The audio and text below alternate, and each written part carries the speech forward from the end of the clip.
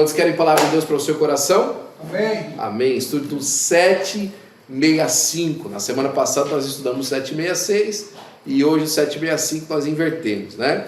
E hoje nós vamos falar sobre aprendendo com as emoções. Romanos, capítulo de número 12, versículo de número 2, diz assim a minha Bíblia e a sua também. E não vos conformeis com este mundo, mas transformai-vos pela renovação do vosso entendimento, para que experimenteis qual seja a boa, agradável e perfeita vontade de Deus. Na semana passada, a gente gastou um tempinho aí dizendo um pouquinho a respeito... É o 765 ou 766? Aí está 766, né? Tá. O título dele é Aprendendo com as Emoções. Então eu distribuí errado. Tá bom. Aprendendo com as Emoções é o nosso estudo de hoje. Amém? E na semana passada a gente deu passou um tempinho aí destrinchando essa passagem bíblica de Romanos, capítulo 12, versículo de número 2, e ela foi muito abençoadora para nós. Por quê? Porque ela mostrou que, por exemplo, o mundo não vai deixar de ser mundo, não é verdade? O mundo não vai deixar de ser mundo, o mundo vai continuar sendo mundo. Você pode ficar tranquilo que tem duas coisas que sempre vão continuar igual. Deus vai sempre continuar bom, maravilhoso, abençoador. E outra coisa que sempre vai continuar igual é que o mundo vai continuar sendo mundo, não é? O diabo não vai se converter, irmão, fica tranquilo, viu? Assim como Jesus não vai se desviar, o diabo não vai se converter, viu? Tem coisas que são imutáveis, essa é uma delas. Então, o que precisa mudar para que o mundo mude em nossa volta? Não é? É a nossa percepção das coisas. É por isso que Paulo diz, né, que nós precisávamos de ter uma mente transformada. Nós precisamos transformar a nossa mente. E aqui uma das virtudes mais excelentes é a maturidade espiritual. Isso significa ter segurança emocional, ter equilíbrio nas emoções e ter desenvolvido qualidades que cooperam para que você seja uma pessoa moralmente capaz e emocionalmente equilibrada. Nós aprendemos com as experiências da vida, com o exemplo de pessoas que consideramos de confiança, com o conhecimento adquirido pelo estudo formal e pelo estudo gerado a partir do esforço para que o desenvolvimento pessoal e todos esses elementos concorrem para a nossa maturidade. Obrigado.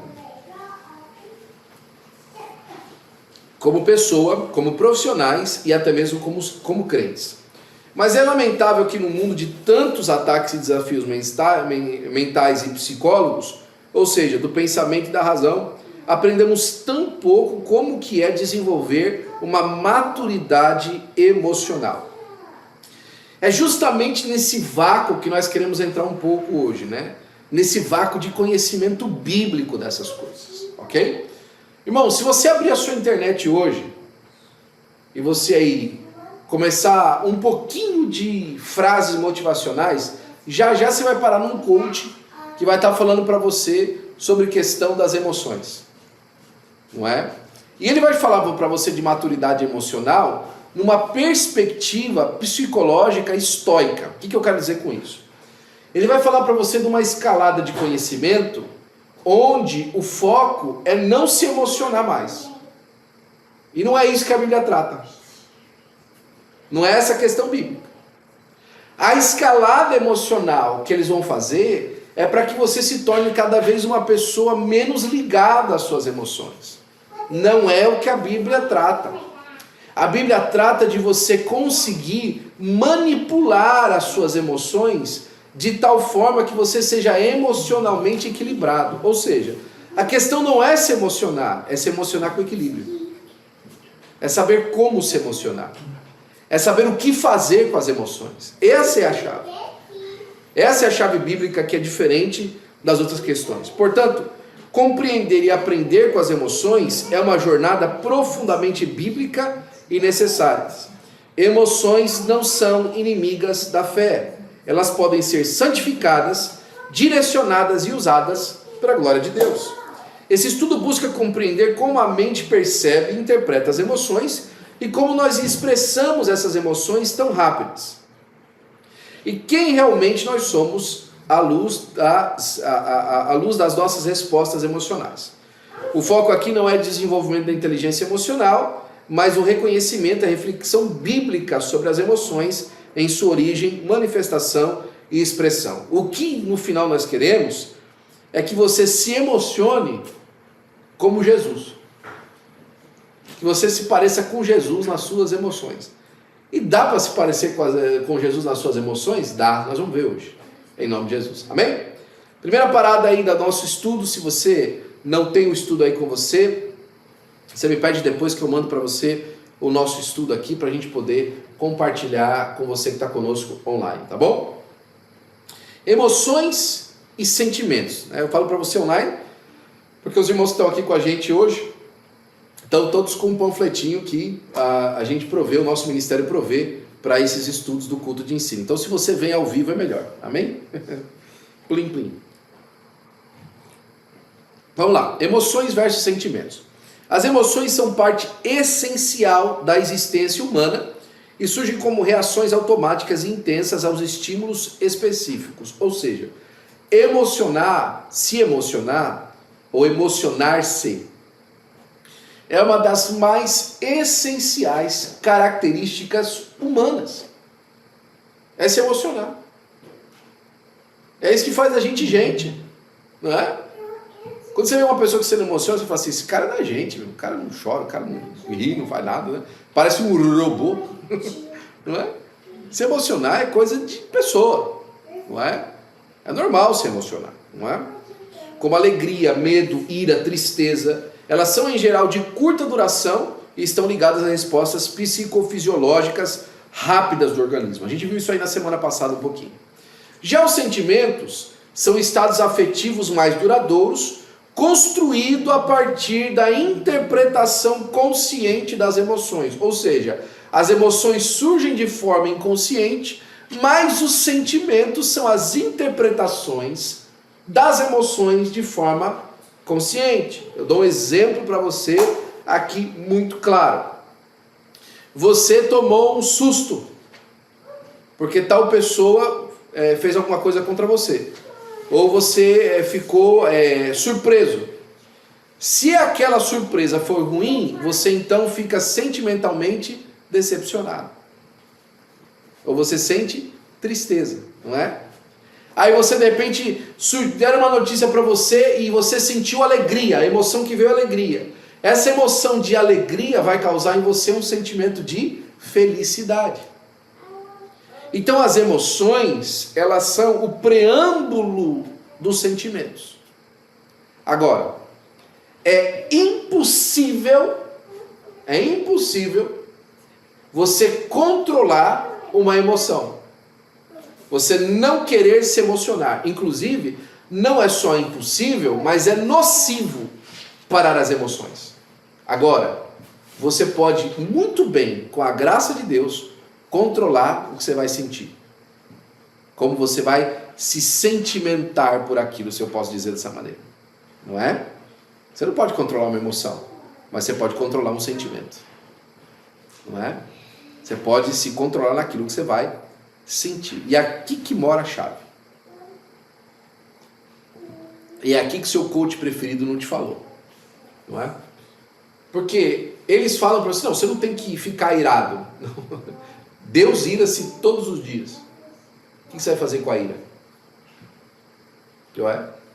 Como é que você vai canalizar ela para que dela surja um sentimento que seja construtivo e não destrutivo?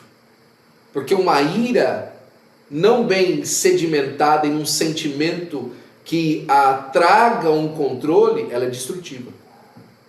Uma pessoa na ira, ela se torna, ela gera sentimentos de violência. Mas uma pessoa na ira bem controlada, ela gera sentimentos de atenção, não é? Até mesmo de decepção por aquilo, para se controlar e ela poder colocar as coisas no lugar correto, ok? Essa diferença é tão importante do ponto de vista psicológico quanto teológico.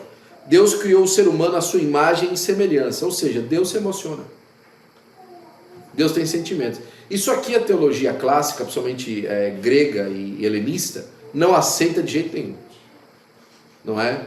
Por muito tempo nós aprendemos que sentimento e emoção é coisa de gente fraca. É verdade ou não é?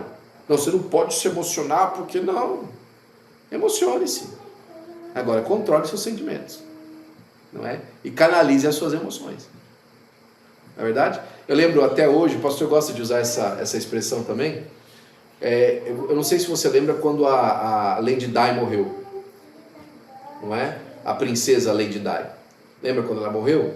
Você lembra do velório dela, não é?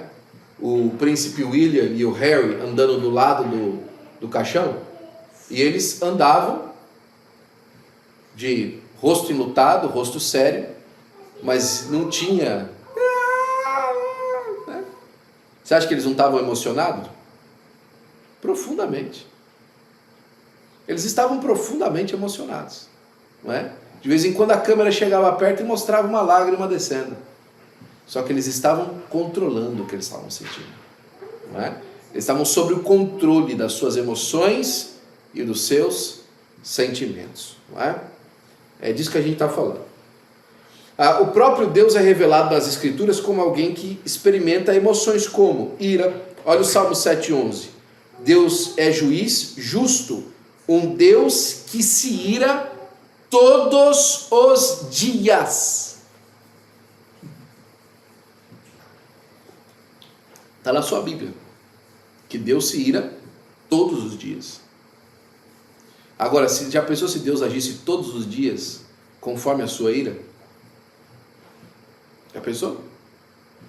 Se Deus agisse sob ira, ou seja, debaixo do controle da ira, todos os dias, é que as emoções de Deus é perfeita. A gente vai aprender isso um pouquinho mais para frente, né? Compaixão. Como um pai se compadece dos seus filhos, assim o Senhor se compadece daqueles que o temem, não é? E aqui eu acho que é uma coisa que Deus age sobre ela todos os dias, a compaixão. Essa é uma emoção que Ele deixa fluir melhor, graças a Deus, graças a Ele por isso, né? Compaixão. Hã? Sempre após a ira, né? Sempre após a ira, é verdade. Não é? Já ainda bem colocou aí, certinho, né? Depois da ira. A compaixão, irmãos, no original da palavra, não é? É realmente de sentir no ventre. É aquele frio na barriga que você dá quando você olha uma situação difícil, uma situação ruim por alguém, não é? Quando você vê seu filho sofrendo, às vezes eu estou lá na academia vendo as crianças treinar, não é? E aí de repente eu estou prestando atenção num deles, né? Enquanto ele vai tentando lá fazer o movimento e tal, e tentando passar a guarda, eu fico do lado de fora assim, ó. Passando a guarda junto, não é? Torcendo junto. Isso é um elemento que demonstra a compaixão, se colocar no lugar, não é? E quando alguma coisa ruim acontece, você dá aquela respirada profunda porque você quer saber como é que está e etc. É esse sentimento, não é? Alegria. O Senhor teu Deus, o poderoso, está no meio de ti. Alegrar-se-á sobre ti com júbilo. Deus se alegra. Olha só que interessante. Diz que há alegria no céu diante dos anjos de Deus. Ou seja, a alegria não é dos anjos de Deus. É diante dos anjos de Deus. Quem é que está diante dos anjos de Deus? Deus. A alegria é de Deus quando o pecador se salva. A alegria no céu diante dos anjos de Deus quando o pecador se arrepende, não é? Zelo é outro, amor, aí já é um sentimento, não é? Amor não é simplesmente uma emoção. Amor é um sentimento. Por quê? Porque amor, ele é acompanhado de ação. Alguns dizem até que amor não é um sentimento, amor é uma ação, ok? Mas o amor é uma ação que gera sensação, por isso um sentimento. Porque Deus amou o mundo de tal maneira que deu seu Filho. Olha lá, um sentimento que tem ação, que gera ação. Ele ama, então o resultado é ele dá, ok? Você não pode amar só de emoção. Ou seja, você não pode amar só sentindo um amor. Você só consegue amar demonstrando. Assim também é o próximo sentimento que vai aparecer aqui, que é o zelo, não é? E o zelo é um cuidado. Alguns traduzem o zelo e o ciúme com a mesma palavra, mas é diferente, não é? O ciúme é um cuidado que, inclusive, causa destruição, se ele não é respondido, não é? O zelo não. O zelo é um cuidado para manter a situação como está, para guardar, né? E a palavra de Deus fala que eu sou o Senhor, sou Deus zeloso. Deus tem zelo. A palavra de Deus também fala que Deus tem ciúme de nós também, não é? Mas aqui é um outro sentimento agora que está sendo demonstrado, o zelo. O zelo, que é aquele cuidado de preservação, não é? Um casal, por exemplo, ele deve ser zeloso um do outro, não é? Zelar pela integridade física um do outro. Zelar pelo amor e pelo carinho um do outro. Então vamos ver aqui, ó, essas emoções e sentimentos em Cristo. O Senhor Jesus Cristo, em sua própria humildade, também demonstrou emoções. Jesus chorou, não é? Isso é emoção. Jesus chorou, não é? E tem gente que fala assim, né? Tem uma música de uma banda em São Paulo, que eu não vou dizer o nome deles agora, né? Que ele fala assim, que até Jesus chorou. E quando eles falam que até Jesus chorou, é para dizer com surpresa, né? Puxa, olha só como que é chorar, né? Até mesmo Jesus chorou. Jesus era 100% homem, é claro que Jesus chorou. Fazia parte do bojo das emoções de Jesus. E ainda bem que João escreveu isso para nós, não é? Porque senão, mais uma vez, a teologia helenista ia resguardar Jesus de emoção, dizer que ele era um ser completamente averso às emoções humanas. Graças a Deus, graças a Jesus, a palavra de Deus é completa e João escreveu isso aqui. Para que nós pudéssemos olhar para Jesus como Hebreus nos ensinou. Nós não temos um sumo sacerdote que não possa se compadecer de nós. Mas o nosso sumo sacerdote, ele foi tentado nas mesmas coisas até a morte. Não é? Nós temos um sumo sacerdote completo, uma pessoa como nós, não é? Jesus sentiu compaixão e vendo a multidão teve grande compaixão deles, porque eram como ovelhas que não tinha pastor. Jesus se compadeceu. Tem gente que hoje, essa semana, ouviu perdão de alguém. Olha, me perdoa pelo que eu fiz. Mas é incapaz de se compadecer pela pessoa. Pediu perdão da boca para fora. Se compadeça. A pessoa pediu perdão para você de verdade mesmo, né? Porque sabe que fez besteira. Jesus se alegrou. Naquela mesma hora, alegrou-se Jesus do Espírito Santo. Jesus indignou-se. E olhando para eles em redor com indignação. Essas emoções aqui, que tantas vezes a gente trata como emoções negativas, por exemplo, a indignidade, aí fala, não, Jesus é incapaz de sentir indignação por alguém. Jesus se sentiu indignado, não é?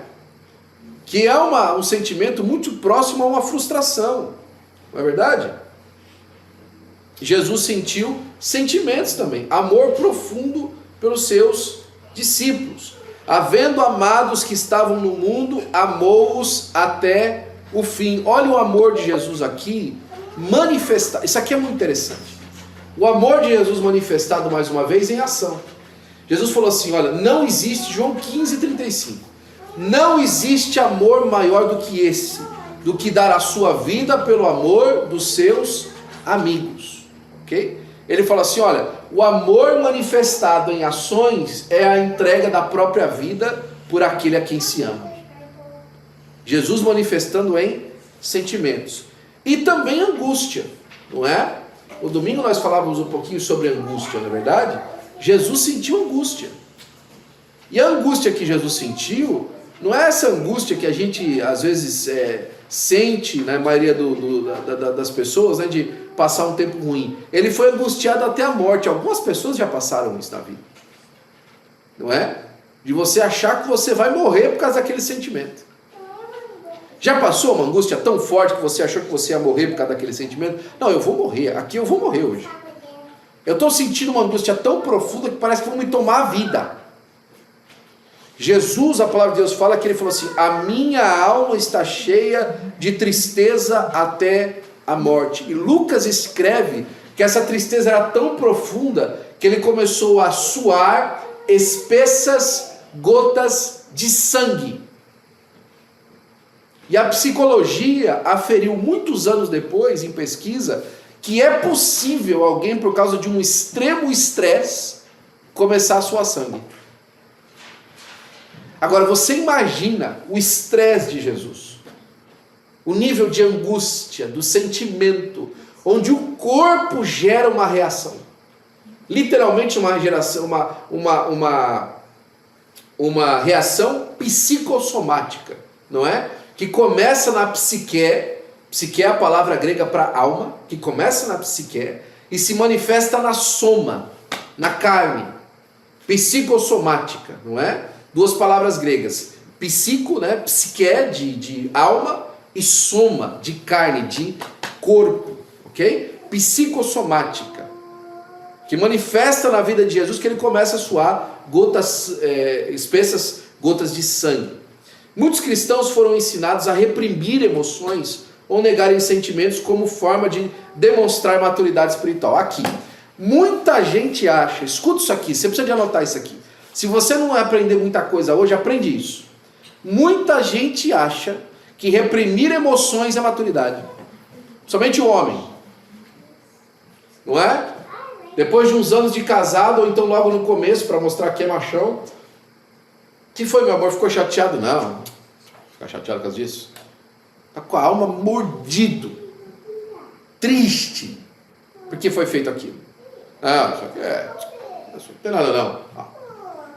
Não é? Não era bem mais fácil você falar assim, fiquei chateado, mas eu não vou agir sobre essa chateação. É uma autoridade. Eu reconheço que isso foi desagradável, mas eu reconheço que eu não posso tomar uma atitude só porque eu fui desagradado. Isso é maturidade, não é? Olha, eu fui ferido com isso, mas eu reconheço que se eu tomar uma atitude por conta dessa ferida, eu vou só rebaixar a qualidade daquilo que a gente está fazendo aqui como um casal, por exemplo, não é? O homem foi ensinado que ele não deveria ter emoções, ele foi ensinado errado, não é? Você sabia, por exemplo, que o homem morre mais cedo que a mulher?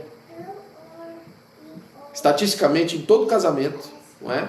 A maioria dos casamentos, grande maioria dos casamentos, o homem morre primeiro. Por quê? Porque a mulher consegue expressar as emoções muito mais fácil. Não é? Nós reprimimos a emoção e elas, qualquer coisa que elas precisam, pá, para fora, põe, grita, fala. E o homem fica lá, guardando, não é? Engole. Aí vira uma pilha, não é? Eu lembro o pastor Eglai, no ano retrasado, foi fazer, não é o caso de reprimir, mas é por causa do excesso, né, de emoções. O pastor Eglai, no ano passado, ano retrasado, ele teve um problema cardíaco, ele precisou de colocar 4 pontos de safena. E o pastor Eglai, quando ele foi ser diagnosticado lá pelos médicos, o médico começou a olhar o coração dele e começou a tentar entender, né, se ele bebia, se ele fumava, para o coração dele estar daquele jeito. E ele foi riscando, o médico foi riscando. Falei, o que o senhor faz? Ele falou, sou pastor. Falei, está explicado. Aí aquele médico, que era um professor, chamou toda a junta de alunos dele que estava lá no hospital. Vem cá todo mundo, ó. Vem cá todo mundo. Eu preciso de mostrar para vocês um coração de um pastor aí, ó. Um homem desse aqui, ó, cheio do problema dos outros. Coração do pastor carregado. Por quê? As emoções. Não é? As emoções. Nós precisamos lidar com as emoções, não é? E o pastor Eglai é uma pessoa muito madura, mas nós aprendemos até mesmo na maturidade de homens de Deus como ele, que nós precisamos começar a olhar para a questão das emoções de uma maneira mais bíblica, não é? Mais bíblica. E através da leitura e da visão bíblica, entender que existem mecanismos que precisam ser observados e respeitados, porque nós temos qualidade agora de conhecimento para isso. Ou seja, Deus por muito tempo olhou para nós, a nossa caminhada como homens e mulheres de Deus, e no nosso conhecimento bíblico tolerou muitos dos nossos vícios de conduta, não mais. Nós temos conhecimento suficiente hoje para não cair nesses lugares, para não cometer esses erros. E Deus está nos ensinando para que a gente viva uma vida com uma qualidade melhor e traga uma qualidade melhor de vida àqueles em volta de nós e assim avancemos o reino de Deus. Porque o conhecimento dessas coisas psicossomáticas estão avançando na medicina, na psicologia, na psiquiatria, e se a igreja não entender que ela é que tem a prioridade, não só a prioridade, como é que chama quando só tem uma empresa? O monopólio. A igreja tem o monopólio da verdade. É isso aí. A igreja do Senhor Jesus Cristo tem o monopólio da verdade no mundo. É ela que interpreta a Bíblia pelo Espírito de Deus. Que outra junta de conhecimento intelectual, psicológico e de conhecimento e de formação tem capacidade de interpretar as Escrituras que a palavra de Deus revelada na terra? Ninguém mais. É só a igreja. A igreja tem o monopólio da verdade, mas por muitas vezes a igreja negligencia em manifestar a verdade através de um conhecimento que seja inteligível às pessoas que estão longe. Esse é o problema. Aí que mora o problema, não é?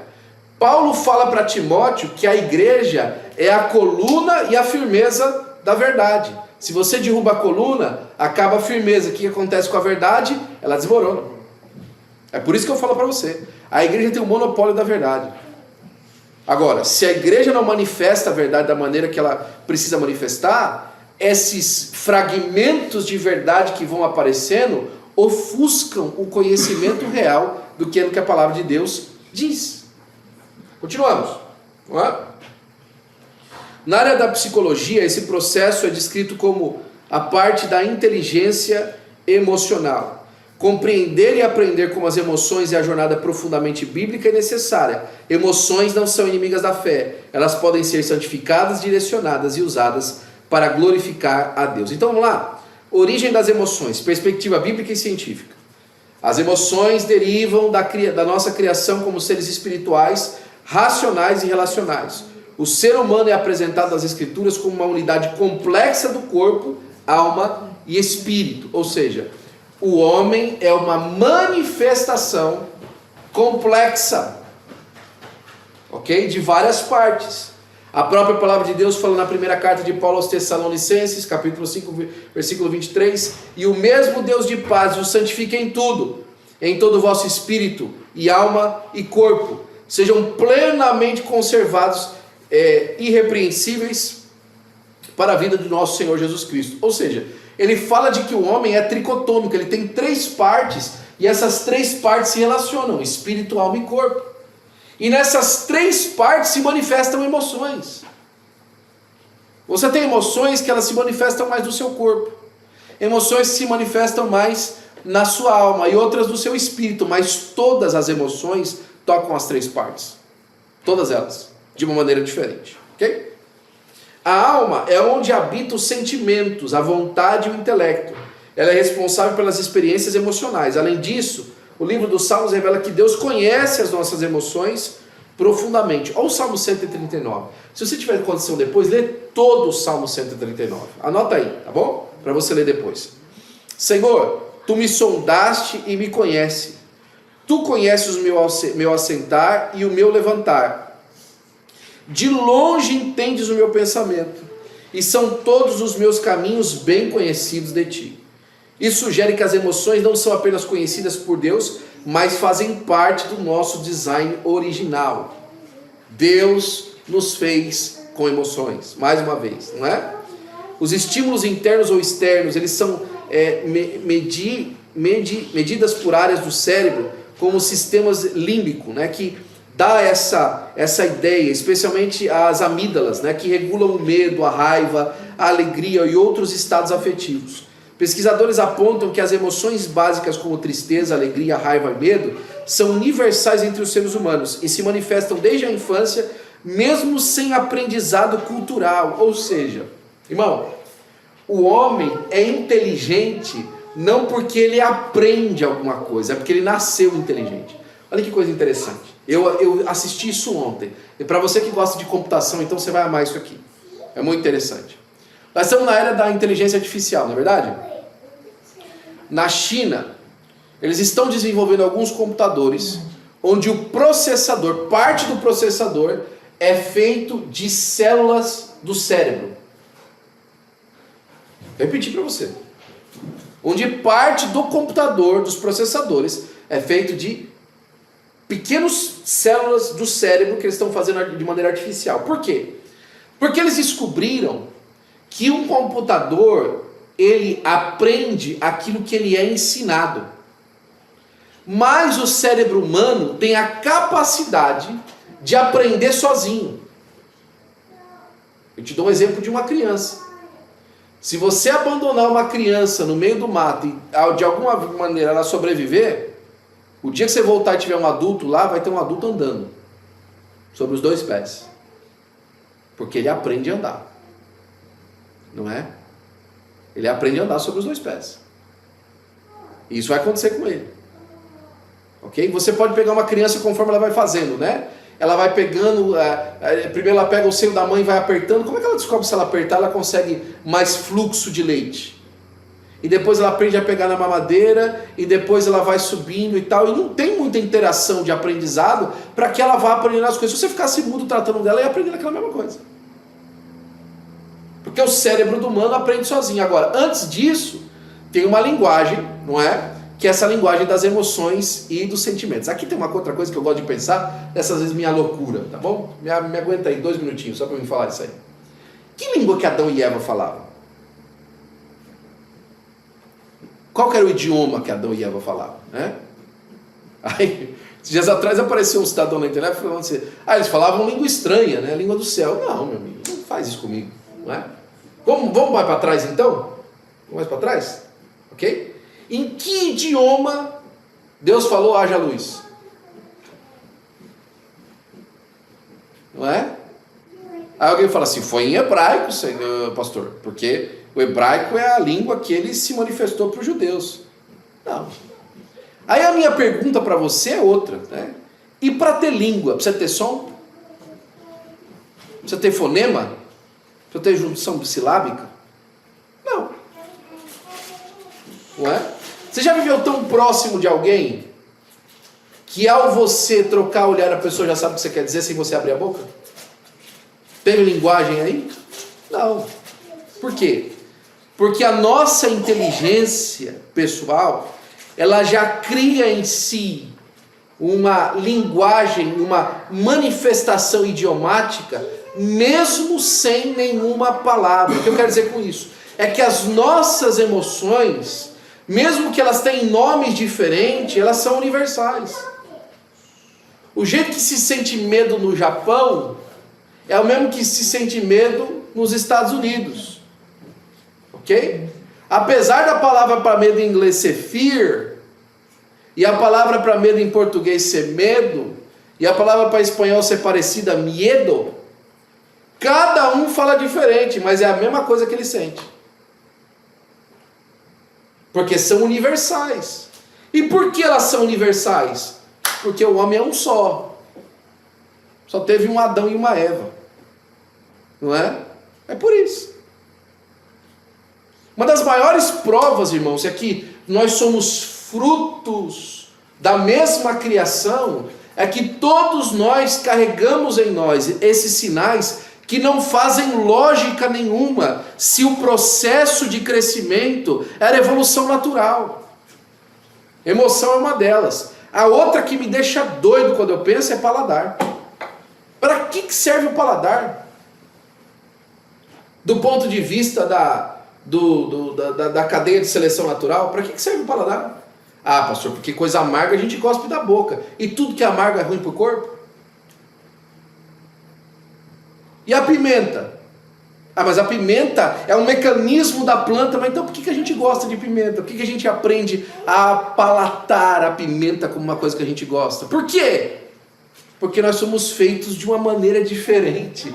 Nós somos uma criação de Deus.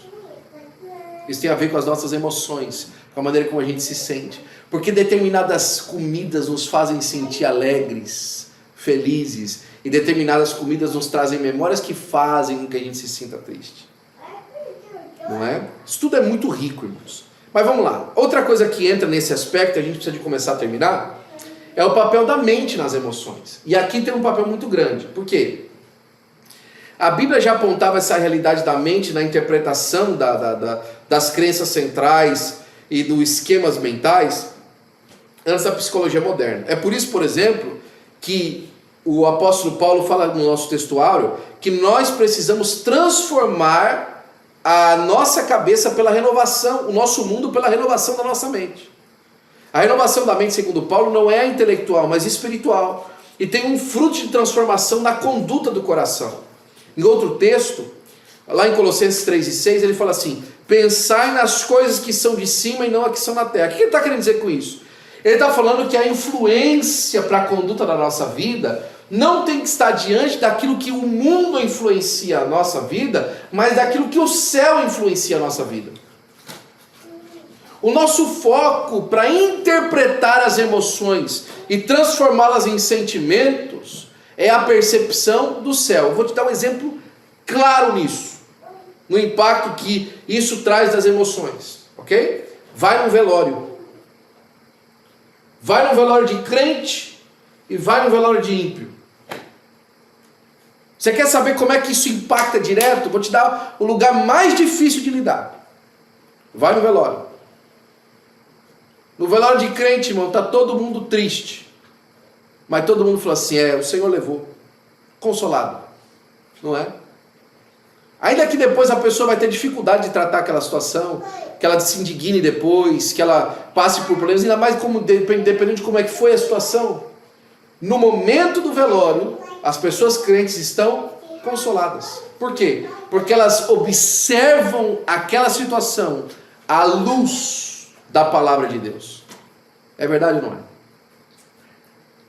Enquanto, aí a pessoa fala assim: não, isso é uma questão cultural. Não é cultural, isso é uma questão de percepção bíblica.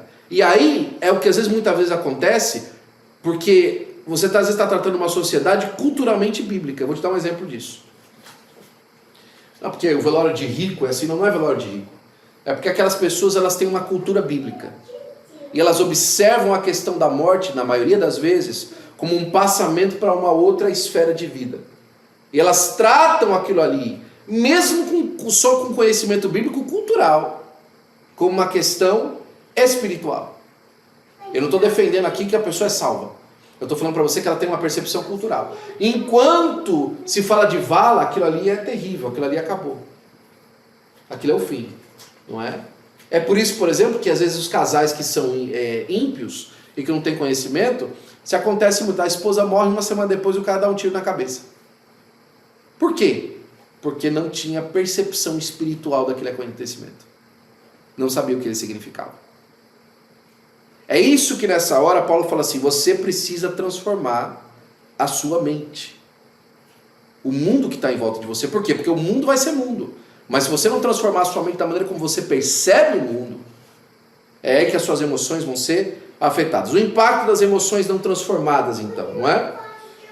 A raiva pode se transformar em violência, a tristeza em depressão, o medo em paralisia, a frustração e ressentimento duradouro, não é? O problema, portanto, não é sentir, mas reagir de maneira descontrolada ou pecaminosa às emoções experimentadas. A Escritura adverte sobre os perigos das emoções não transformadas. Olha lá, Provérbios 14:29. Um longânimo é grande em entendimento, mas o ânimo precipitado exalta a loucura.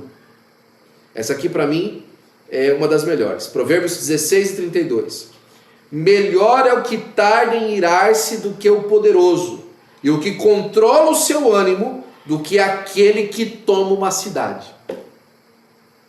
Olha que interessante.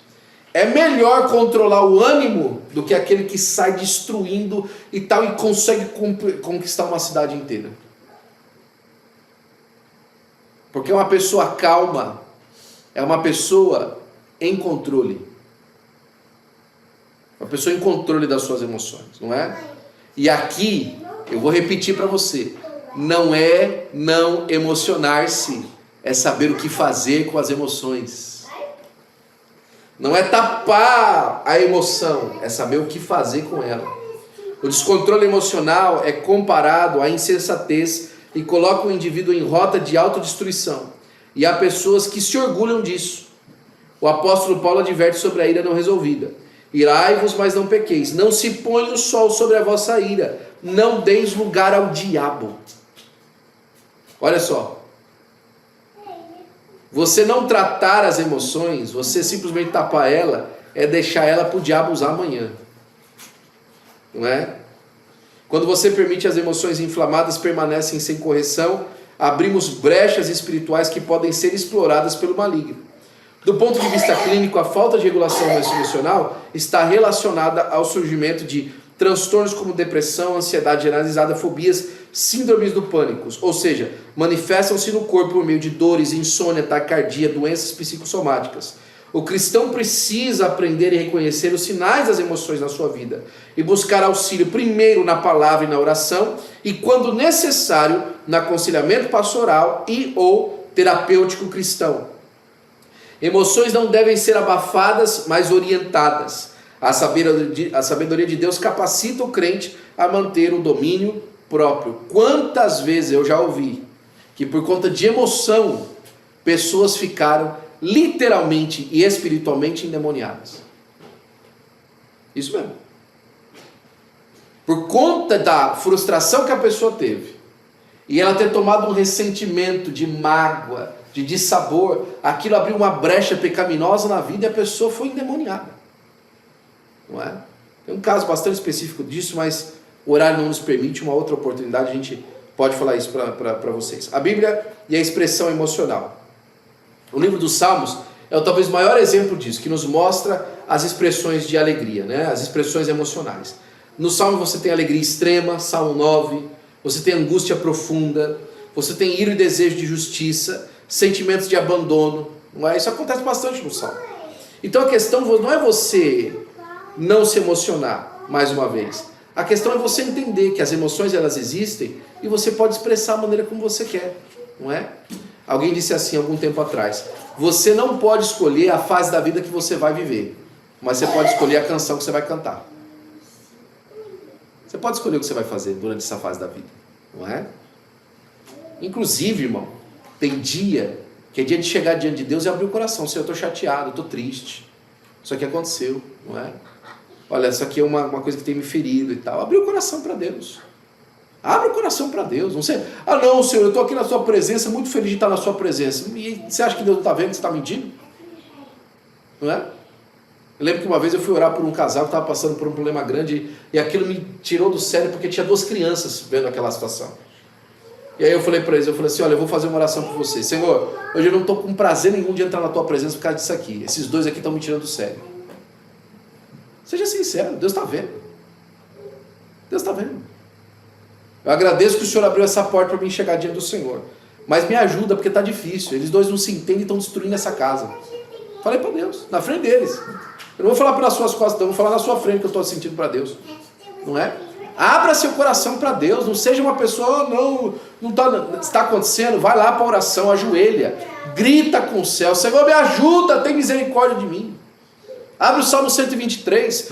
Tem misericórdia de mim, Senhor, tem misericórdia de mim, porque a minha alma se faz assaz de desprezo. Eu estou me sentindo desprezado, Deus, me ajuda. Abre o coração, não é? Vai para Deus, não na mídia social. Não é? Terminando. As emoções, quando elas são transformadas pelo Espírito, elas transformam tudo ao redor. É por isso que o fruto do Espírito nos ajuda a ter sentimentos abençoados, não é? E emoções abençoadas. A prática do autocontrole emocional é o que nos faz então aprender com isso. E depois que a gente aprende com isso, essa disposição nos deixa ser examinado por Deus e é fundamental para o autoconhecimento e o autoconhecimento através da Bíblia. É buscar andar no centro da vontade imperativa de Deus.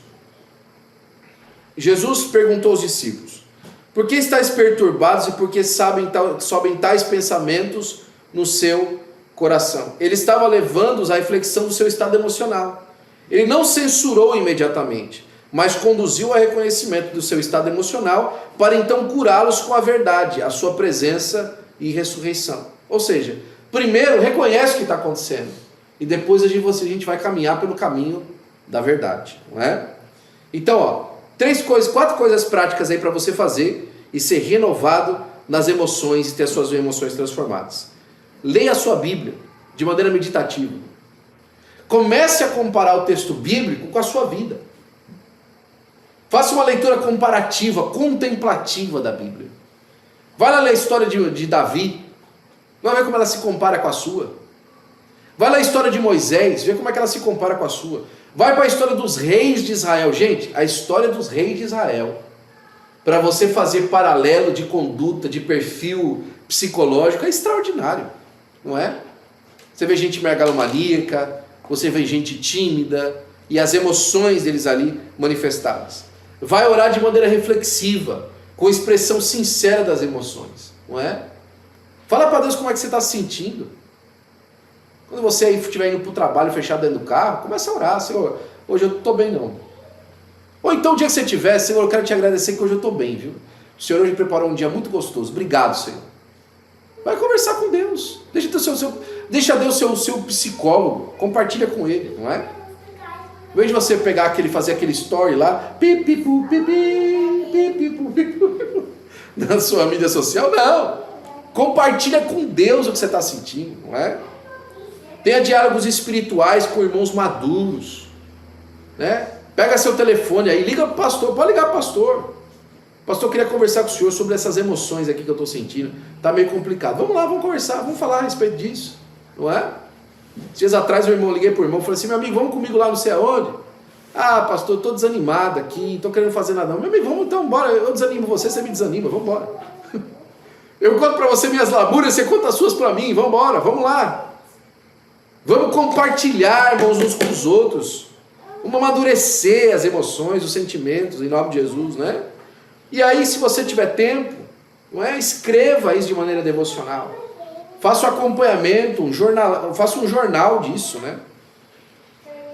Da maneira como você está se sentindo. E assim, você vai ter uma mente renovada, não apenas compreendendo melhor a vontade de Deus, mas também começar a sentir segundo o Espírito Santo e não segundo a carne. O negócio vai ser o seguinte: quando as emoções chegarem, elas vão chegar filtradas pelo Espírito de Deus.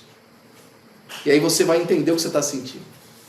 E aí você vai poder tomar a direção certa sobre os seus sentimentos. Isso não é um evento na sua vida. Não vai ser uma vez que isso vai acontecer. Isso é um processo de disciplina, humildade e perseverança, não é? Colossenses 3, 15 e 16 diz assim: e a paz de Deus, para a qual também fostes chamados em um corpo, domine em vossos corações e sede agradecidos. A palavra de Cristo habite em vós abundantemente em toda sabedoria. Então a paz de Deus dominando o coração não é impulsividade mais, a gratidão como atitude permanente, contrapondo a insatisfação recorrente que você tem, e a sabedoria da palavra habitando ricamente, formando critérios espirituais para interpretar e reagir às emoções. Por último, caminhar com sabedoria emocional é um exercício de fé, rendição, reflexão e renovação constante. É viver a plenitude da humanidade e a semelhança de Cristo, com emoções santificadas, sentimentos guiados pelo amor e uma mente firmada na alegria eterna. Te dou o último exemplo bíblico. Jesus falou o seguinte: bem-aventurados sois vós, quando vos perseguides por minha causa. Aí ele falou assim: estou sendo perseguido por causa de Jesus, vou ficar chateado então. Ele falou o quê? Exultai-vos e alegrai-vos. Porque é o grande galardão do céu. E fizeram isso com os profetas que vieram antes de vocês. Quando nós vivemos na visão da perspectiva do reino de Deus, a maneira de nós experimentarmos emoções e sentimentos sempre vai nos levar a uma vida mais abundante. Maturidade sentimental mora aí. Não mora na psicologia, não mora na maconha, não mora como é que chama? Naqueles processos que a gente fala de psicodélicos, né? Aqueles tratamentos psicodélicos que está tendo aí agora, não mora aí.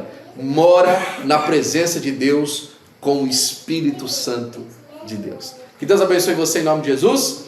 E nós voltamos na semana que vem com a continuidade. Nós vamos começar a falar sobre os reis de Israel na semana que vem. Amém?